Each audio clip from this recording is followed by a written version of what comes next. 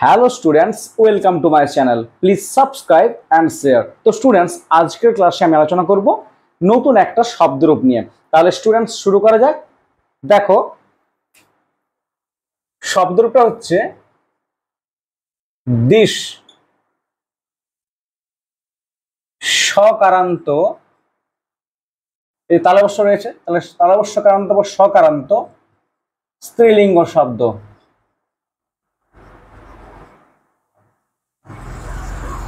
বোঝা গেছে?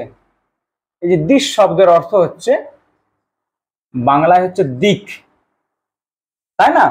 তাহলে প্রথমে স্ট্রাকচারটা দেখে নাও। বচন কয় প্রকার? বচন হচ্ছে 3 প্রকার: এক বচন, দ্বিবচন, বহু বচন। বিভক্তি কয় প্রকার? 7টি। বিভক্তয়ঃ সপ্তঃ: প্রথমা বিভক্তি, দ্বিতীয়া বিভক্তি, তৃতীয়া বিভক্তি, চতুর্থী বিভক্তি, পঞ্চমী বিভক্তি, ষষ্ঠী বিভক্তি, সপ্তমী বিভক্তি। আর কি রয়েছে? সম্বোধন পদ। সম্বোধন পদ অ্যাকচুয়ালি কি? এর সংজ্ঞা কি? অভিমুখীকৃত্য জ্ঞাপনম সম্বোধনম, অর্থাৎ সম্মুখে দণ্ডায়মান ব্যক্তিকে সম্মানপূর্বক, শ্রদ্ধাপূর্বক, ভক্তিপূর্বক আহ্বান জানানোকে সম্বোধন বলা হয়। বা বাক্যের মধ্যে ও হে, হে, রে প্রভৃতি শব্দের দ্বারা যখন কাউকে ডাকা হয় বা আহ্বান করা হয় সম্মান সূচকভাবে, তখন তাকে সম্বোধন বলা হয়। এই সম্বোধন পদে কিন্তু প্রথমা বিভক্তি হয়। এটা যখন আমরা কারক পড়েছিলাম তখন কিন্তু আমরা জেনে গেছি আগে, তাই না? তাহলে স্টুডেন্টস, এর রূপটা একটু দেখে নেওয়া যাক। দিশ শব্দরূপ, তাই না? এখানে দেখো, দিক বা দিগ, দিশৌ, দিশঃ,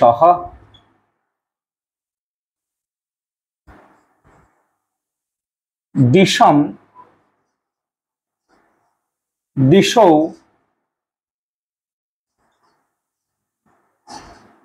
দিশঃ,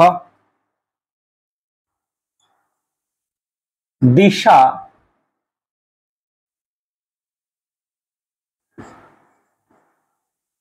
দিগ্ভ্যাম,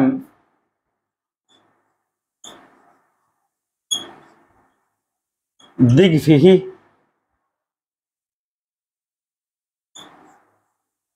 দিশে,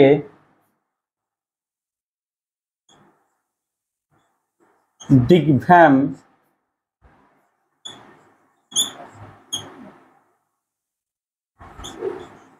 দিগ্ভঃ,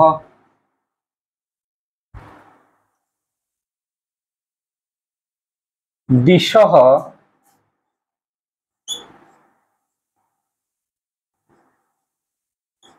দিগ্ভ্যাম,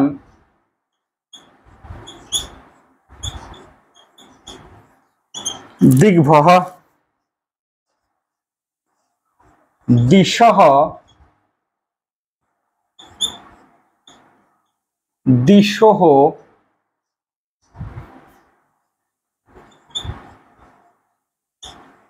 দিশাম,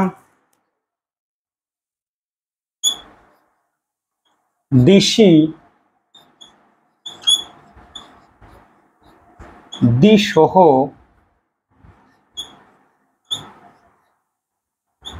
দিক্ষু, দিক বা দিগ, দিশৌ, দিশঃ, তাই না?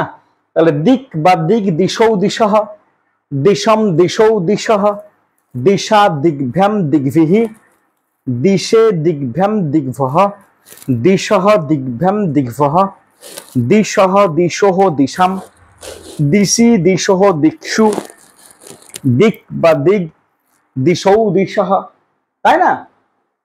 বোঝা গেছে স্টুডেন্টস? তাহলে দেখো এখানে এই যে দিক বা দিক শব্দের অর্থ কি? একটি দিক বা শুধু দিক। এই যে দিশঃ মানে কি? অনেকগুলি দিক। দিশৌ বলতে কি?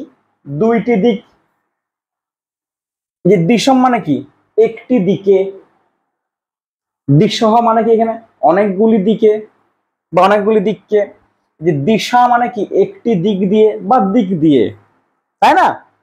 বা আমরা এখানে বলতে পারি যে এই যে দিসহ মানে কি একটি দিক থেকে, দিগ্ভহ মানে কি অনেক দিক থেকে, বোঝা গেছে? এই যে দিশি মানে কি দিকের বা একটি দিকের, এই যে দিকসহ মানে কি অনেক দিকের মধ্যে বা দিকগুলির মধ্যে, বোঝা গেছে? এইরকম ভাবে তোমাদেরকে মাথায় রাখতে হবে এর যে মিনিং গুলো, ঠিক আছে? খুব সোজা, কিন্তু তোমাদের পরীক্ষায় কেমন পড়ে যাবে যে এই দিশ শব্দের চতুর্থীর এক বচনে কি রূপ হয়, তখন তোমাকে পুরোপুরি লিখতে হবে দিশে। পড়ে যাবে দিশ শব্দের ষষ্ঠীর বহু বচনে কি হয়, তখন তোমাকে লিখতে হবে দিশাম, অনেক দিকের এর বাংলা অর্থ বা দিকগুলির এর মিনিং, তাই না? তাহলে দেখো স্টুডেন্টস, খুবই সোজা একটা শব্দরূপ, অসুবিধার কোনো কারণ নেই, ভয়ের কোনো ব্যাপার নেই, কোনো চিন্তার বিষয় নয়, খুব সোজা একটা, পড়লেই কিন্তু খুব সোজা। তুমি যতক্ষণ পর্যন্ত পড়বে না তোমার জটিল মনে হবে, তুমি যতক্ষণ বিষয়টাকে পড়ে নেবে, একটু ভালোভাবে জেনে নেবে, তখন পুরোটা জলের মতো সহজ সরল হয়ে যায় বা হয়ে যাবে। অতএব চাপের কিছুই নেই। তোমরা এই যে দেখছো না শব্দ ধাতুর খুব জটিল জটিল মনে থাকছে না, বারবার ধরে প্র্যাকটিস করো, বারবার ধরে পড়ো, তাই না? কোন একটা কাজকে যদি বারবার করা হয় না, যত কঠিন কাজই হোক না কেন সেটা সহজ হয়ে যায়, এটা কিন্তু মাথায় রাখবে। তাহলে স্টুডেন্টস, আজকের মতো এখানে, পরে ক্লাস আবার নতুন টপিক নিয়ে হাজির হব, ততক্ষণ পর্যন্ত সঙ্গে থেকো। আর আমার ক্লাসগুলো যদি তোমাদের ভালো লেগে থাকে অবশ্যই লাইক করবে, কমেন্ট করবে আর শেয়ার করবে। আর তোমাদের যদি কিছু জানার বিষয় থাকে অবশ্যই কমেন্টে লিখবে, আমি যথাসাধ্য মতো সেই ক্লাসটা করিয়ে দেওয়ার চেষ্টা করব। বোঝা গেছে?